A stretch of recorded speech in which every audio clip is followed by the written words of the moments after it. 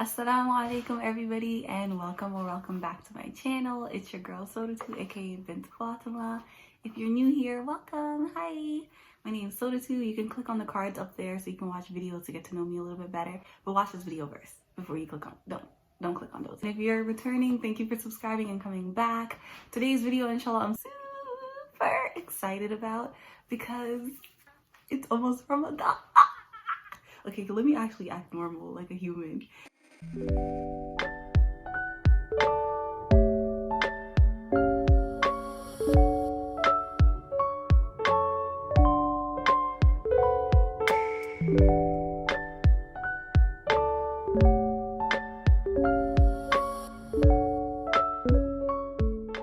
It's almost Ramadan and I'm extremely excited, extremely looking forward to Ramadan coming. And so today's video, I wanted to talk about how I personally have prepared for Ramadan in the past and how I plan on preparing for Ramadan this year, and hopefully can give you guys some tips, tricks, and advice on how you can prepare for Ramadan. So in the past, Ramadan in my household has always been like my favorite ever month. I always looked forward to Ramadan because it was just a time where I was going to be eating good, staying up late, waking up early. It was just a fun time. We always ate iftar together, and in a Senegalese household, I'm not sure if all Senegalese people do this, but usually we break fast with like bread and tea. At least in our household, like dates, bread and tea, and then we pray Maghrib, and then we come back and have our actual iftar meal. And usually it was like anything that my mom whipped up together, and she was a chef, Allah Mubarak. So like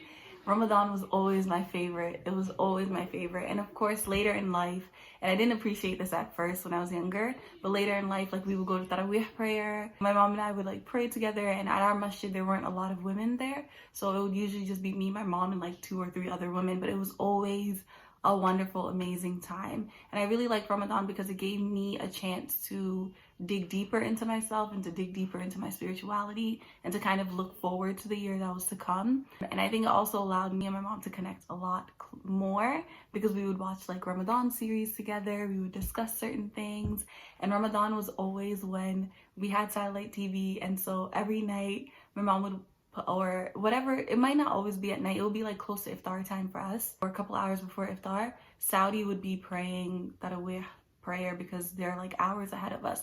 So we would have the TV on and we would just listen to like Imam Sudais, Mahir al-Muaykali, and they would like lead the prayers, and we would just watch, and it was just a really magical time. So I have really good memories when it comes to Ramadan, and that's why I'm like super excited for Ramadan. This Ramadan will be a little bit different for 2 reasons.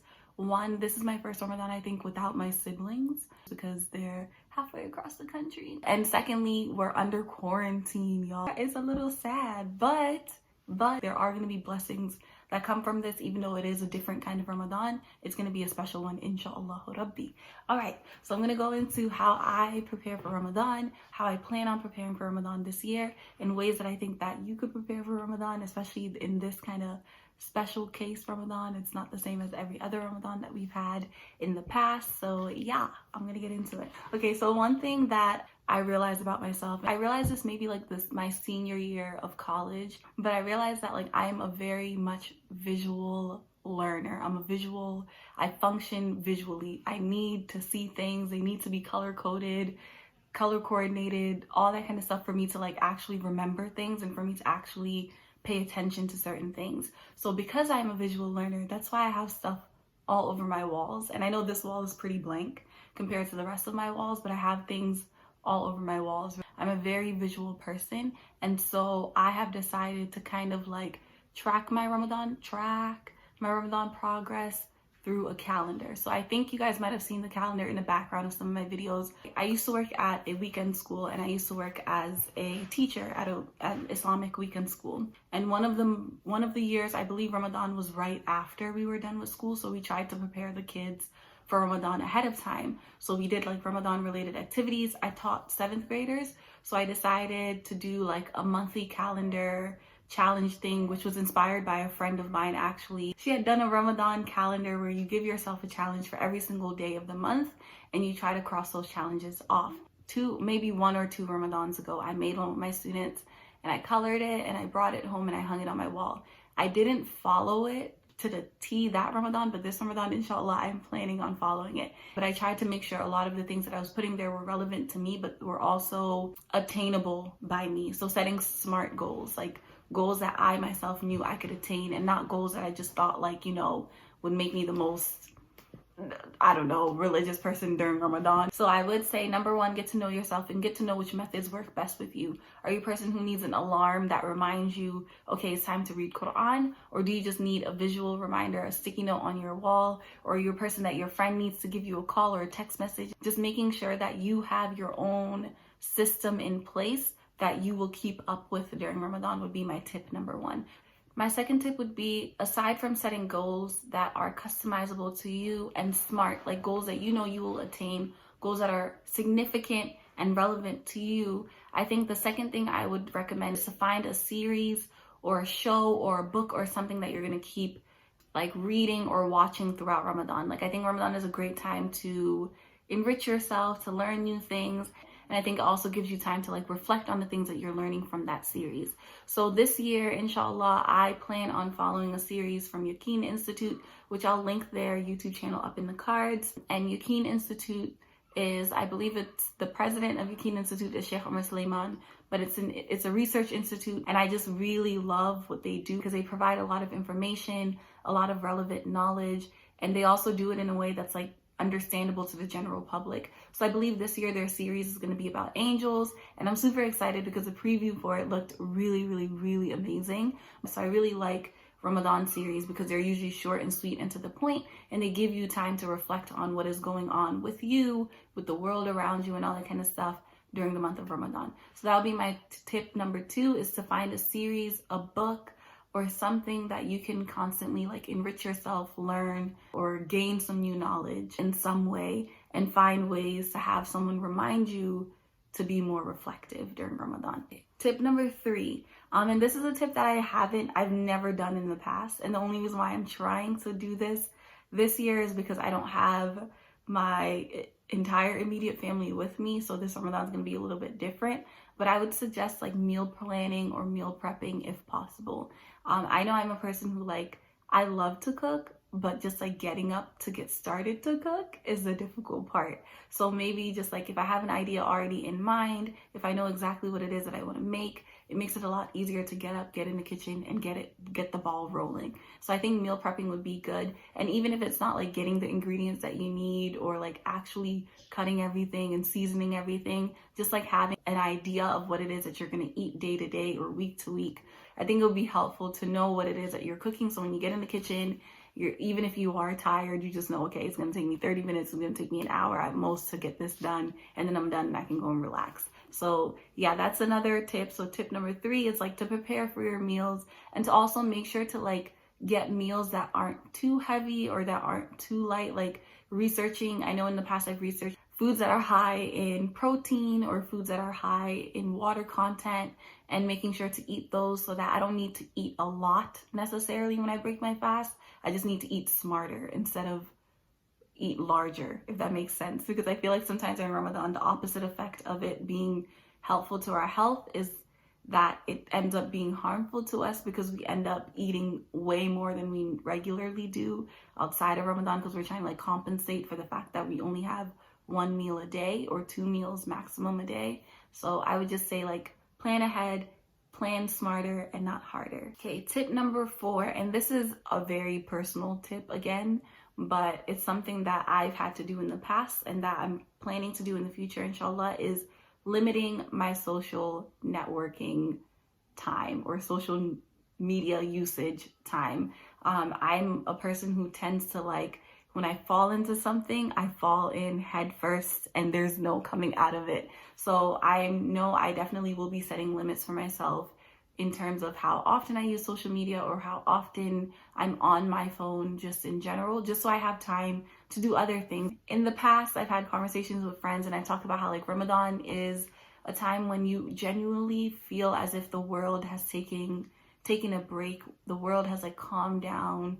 Everything is just more peaceful. And so I think it's a wonderful time for us to really introspect and really look into ourselves. But it's hard to do that when you're constantly connected to the outside world. And I know I'm a person who's easily influenced by the outside world. So if I'm reading news outlets, if I'm on Instagram, if I'm on TikTok, if I'm doing this, that, and the third, it'll be really hard for me to like sit and concentrate on myself, my relationship with Allah subhanahu wa ta'ala, and just like my relationship with myself as well. Everybody is different. There are some people who like, you can go years without social media and you'll be fine, but I know I'm one of those people who like daily I need to interact with people outside of just myself, but I do need to learn to like limit that to an extent, just for my own good and just so I can reap all the benefits of Ramadan, inshallah. And then number 5 is establishing group chats or a support system of sorts during Ramadan. Again, like I said, this is not my own idea. This is an idea from a friend.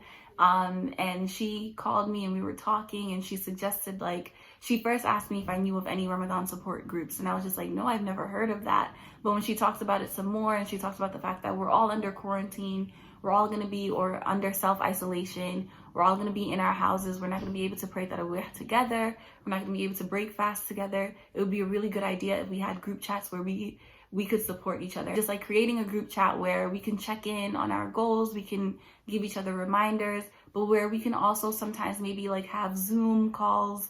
And this was my friend's idea as well, like Zoom calls where we break iftar together, or we can have like, you know, small circles of discussing the Quran or an ayah or reflecting. And it doesn't have to be a daily thing, but it could be like a weekly thing, but it gives you that sense of community, even if you are celebrating or practicing or observing Ramadan alone and by yourself, you still feel like there's thousands or hundreds or however many other people doing it with you. So this is an idea that my friend and I have not finished developing completely, but I think once, inshallah, we do have it solidified, I would love to share this on my Instagram, and I would love to get anybody who's interested on it. So if you're interested or you want to help with the planning of it or you want to be part of it or whatever it is, please comment down below. I would love to get as much support as possible. But if you don't have the opportunity to join a group chat, or group chats are stressful or too much for you, just finding a buddy, a friend, a family member, somebody who can keep tabs on you and you can keep tabs on them during this Ramadan, I think would be really helpful, especially since we are all under quarantine and especially since we are all like experiencing this Ramadan in a way that we might not have ever experienced it before in the past. That was number 5, just like finding a support system, finding somebody to check in with you, finding somebody to make sure that you're okay and you can check in and make sure they're okay. So that way, like your spirituality, because I think one thing that I appreciate about Islam is that like you are allowed to have your own personal space and individuality when it comes to your spirituality and your worship of Allah subhanahu wa ta'ala, but we also can do things communally as well. So yeah, that was just an idea. Those are my tips and tricks. The last thing that I would like to say is that I think this is a reminder to myself first before anybody else, is that sometimes during Ramadan, I personally get so overwhelmed with trying to do the big things, like trying to finish reading the entire Quran during Ramadan, or trying to memorize certain juz by the end of Ramadan, or doing all of these things that are huge and monumental and are great, which are great and wonderful and good, or trying to stay up all night praying tarawih, or, you know, all that kind of stuff is amazing and it's great, but we also have to remember that just in doing small things, our Ramadans can become more blessed. So being kind to other people, smiling at other people, being patient with people, being understanding, providing somebody with food, checking in on someone, small things that maybe we overlook are going to become even more infinitely blessed during this month. So don't forget to not only focus on the big, monumental, huge deeds that you can do, but also the small things that you do consistently. As the Prophet ﷺ said, Allah subhanahu wa ta'ala loves the deeds that we do that are small but consistent. So I think during this month of Ramadan, just like focusing on consistency, focusing on doing whatever it is, whether it's small or large, just consistently, just for the sake of Allah subhanahu wa ta'ala alone. And I'm praying that you guys have a wonderful, amazing, blessed Ramadan, inshallah. I think the next time, not my vlog, but the next Friday that I post, inshallah, it will be Ramadan. So I'm super excited. May Allah subhanahu wa ta'ala allow us to live to see this Ramadan through. May Allah subhanahu wa ta'ala bless every single one of our lives, our families, our health, our wellness, Ameen. And I'm really looking forward to it. That is all I have for you guys today, inshallah. If you're not already, again, please subscribe to my channel. click on that bell notification so you can be notified every single time that I post. If you like this video, give it a thumbs up. Guys, I have hitchhiker thumbs. If you need a hitchhiker, I'm your gal. Leave me a comment down below, inshallah. Tell me how you prepare for Ramadan. Tell me what you're most looking forward to this Ramadan, inshallah. Tell me what your goals are. Let's connect. Let's talk. Inshallah, I'll catch you guys in the next one. Asalamualaykum. Peace and love. Bye-bye.